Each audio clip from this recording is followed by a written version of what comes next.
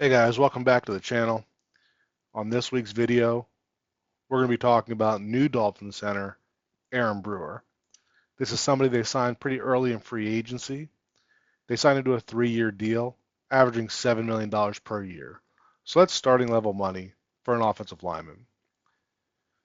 When they made this signing, I went back and I watched all of his 2023 snaps, and I was pleasantly surprised with Brewer's potential in this offense. Now, don't get me wrong, he's not as good as Connor Williams. Had Williams been healthy, he would have been looking at a $12 to $13 million contract or more. And he would have been worth all of it since his performance has been among the top 5 centers in the league. But Miami couldn't wait to see how long it would take Williams to return and what he would look like in his return. So they went out and signed someone to a cheaper deal whose weaknesses could be masked very well in this offense. Brewer stands at 6'1", 295 pounds, and he's learned to play with quick hands off the snap, and he's learned to use a long arm technique to mask his limited reach, similar to what you'd see with edge rushers. He's used to playing undersized, and I wanted to share this segment from Travis Wingfield's interview with Aaron Brewer on the Drive Time podcast, where Brewer discusses his weight gain plan in college, and I found that pretty interesting. Time when you get the right leverage on people, only thing you're doing is using your legs. So it ain't really too much to it. Sometimes it helps you get under those guys' pads a little bit, right? To be underneath them and play that way. I'm curious. I got to know now. What's the diet like to gain 40 pounds in one summer? Bro, It's got to be when I a tell lot. you that was depressing, like, so this is what they had me doing. I don't want to put it by blast, but that's what I was doing. I wake up in the morning, I eat 2 PB&Js, drink chocolate milk. Go eat breakfast, eat another PB&J, drink protein shake behind it. Finish that, go eat lunch, PBJ, protein shake. Dinner, PBJ, protein shake. Before I go to sleep, 2 more PBJs and some chocolate milk. And I was doing this every day. I was like chugging every day, PB&Js every day. Wake up, go to sleep, same thing. I had to do that every day and like until we were from May to July, August for this first game. And so in that little amount of time, I put on 40 pounds. Okay, so my comparison for Aaron Brewer would be, let's say you're creating a player in Madden and you have a limited number of points, right? He can't be an excellent run blocker and an excellent pass protector and, the strongest player on the field. You got limited points. And I think that if you were to try to design a perfect center for this offense using those limited points, I think the player you'd come up with would be pretty close to Aaron Brewer. By now, everybody knows that Brewer's pass pro is his supposed weakness, and it's not a dominant part of his game. I think it's overblown, and I think that additionally, it's going to be masked in this scheme with how quick the ball gets out. In the run game, he's got his limitations, especially against good nose tackles. But again, that's something that's going to be limited in this scheme because of how well Miami runs on the perimeter. So you're not going to see teams using a nose tackle in the run game as often as you would against some other teams. He excels climbing the second level blocks, and that's the kind of thing that's going to turn a 5-yard gain into a 50, 60, or more run for a touchdown. All right, as we get into the film looking at Brewer, the first few things we're going to look at here are going to be plays that may not, separate him from the pack from the centers, but it's still important parts of the game that I think are worth looking at how Brewer performs. In this first one, this is going to be Brewer getting movement on a one technique defensive tackle here. So he's going to be going to the left side here. And as we bring that back and slow that down, look at how low Brewer is. Look at the way that he's using that leverage of being that short, squatty guy, using those legs to drive his defender out of the play. Now Henry gets contact in the backfield, but that wasn't Brewer's guy. In our next clip here, we're just going to see how Brewer, even when he's not covered by somebody in pass protection. He does a good job of finding work, and he's always making those defensive tackles and sometimes getting out to defensive ends to let them know that he's there. And that's important because it slows down a defensive tackle when they're looking to swim inside. They don't want to expose those ribs, or when they're thinking about, spinning to the inside there, knowing that it's possible they may be met with something like this is definitely a factor they have to consider. So these next few plays are going to be combination blocks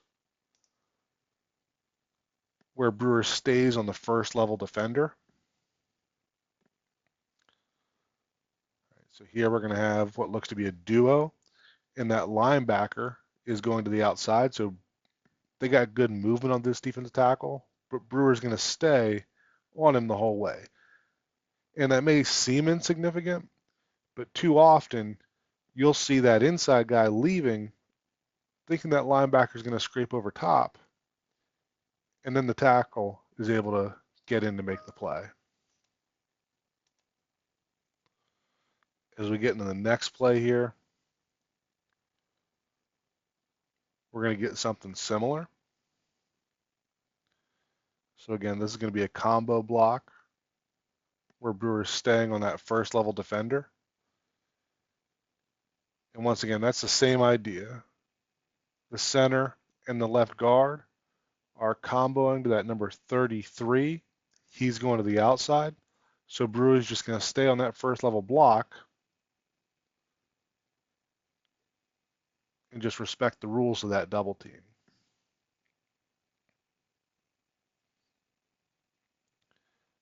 Similar one again here. So now we're going to the right. Got a duo look here. Same thing. That linebacker is stepping up. So Brewer and that right guard just stay on that double team and work to that linebacker without either of them looking to leave early.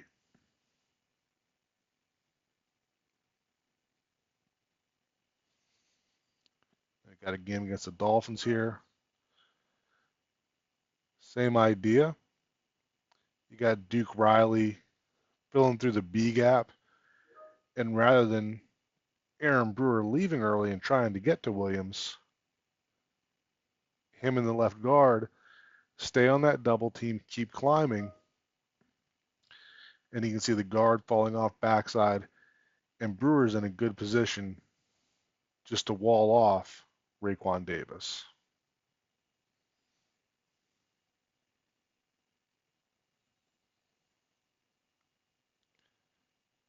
And I think this is one more for the first level blocks. And what we're going to get here is more of an outside zone. But you can see that Brewer is getting some help from the right guard, and he's able to take over that block while the guard climbs the next level.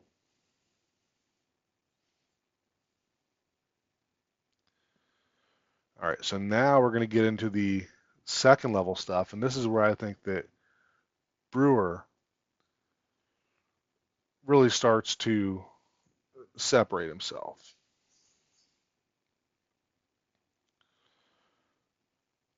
So here we can see him climbing to that second level, getting on that linebacker, and that may seem simple, but it's more difficult than you'd think to be able to get onto that linebacker and be able to stay attached to him.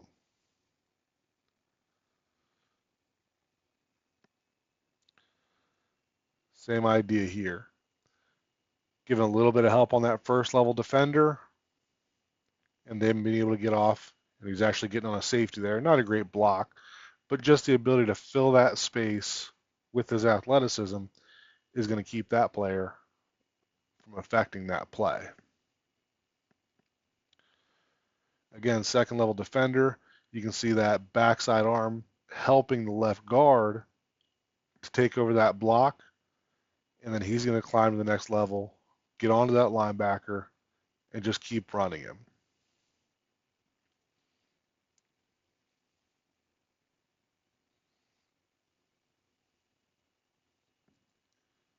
Have a similar play here again. This time we're getting a duo look. They're moving that defensive tackle now. So you can see Brewer sliding off. The guard is not able to stay on that block, but that's not because Brewer left early. That's just not great footwork by the guard. You can see Brewer getting to that next one. Should have had a nice lane right there.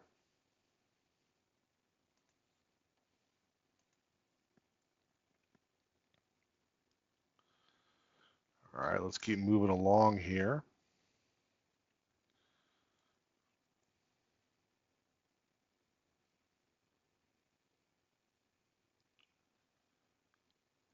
This is going to be another one with Brewer comboing to the second level of the defense.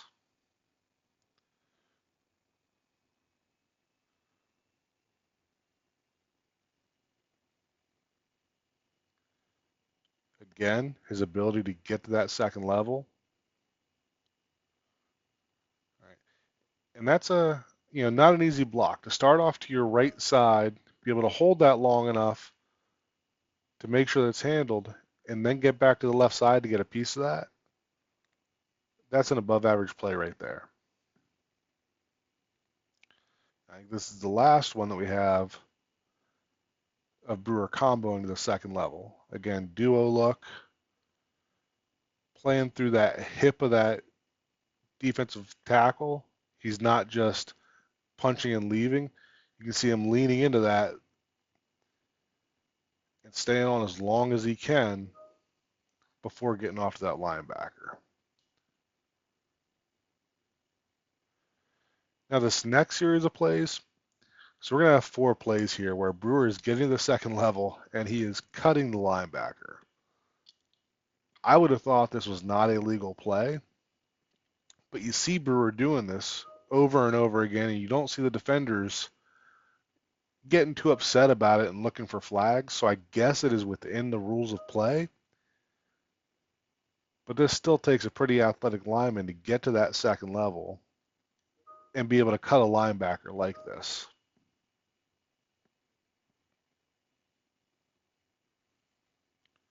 And I think we're going to have one more of those before we get on to the screen game.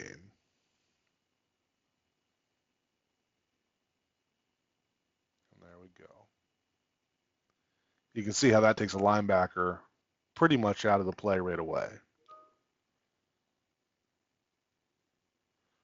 So now getting into the screen game, this is where Brewer really starts to separate himself.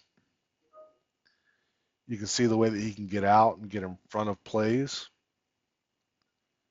Similar to his ability to climb to the second level, he shows a really good ability to latch onto a linebacker or a defensive back and just maintain that contact.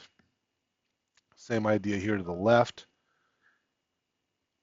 just maintaining that contact through the screen. It's not a skill that all offensive linemen have.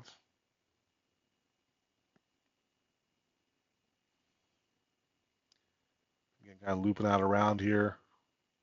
Show some good contact power, putting that defensive back on the ground. And then one more screen here. You can see him getting out to Duke Riley and forcing Riley to the outside. And even though it wasn't a dominating block, it gave the back something to cut off on. All right, so last 2 plays here. So this first one is going to be a play action to the right, but you're actually going to see Brewer peeling back to the backside. Now that's just something you don't see very often with offensive linemen. If you looked at some of my previous videos, then you've seen tight ends or fullbacks do that on a counter reverse, but the ability to start one way and then reverse direction, still be able to, be a productive part of the pass protection, you're pretty limited on the number of offensive linemen in general, especially centers, that can do that. And then last play here, so we've got a wildcat look here on the goal line. Again, Brewer is the center. And we're going to get Brewer pulling and leading to this outside, getting a decent block on Van Ginkel there, that's going to spring Henry for the touchdown. I'm not saying that Brewer is anywhere close to a Hall of Fame type player, but this is the type of play that you used to see Jason Kelsey doing and everybody raving about. But that's the kind of athleticism that Brewer has as well. All right, guys.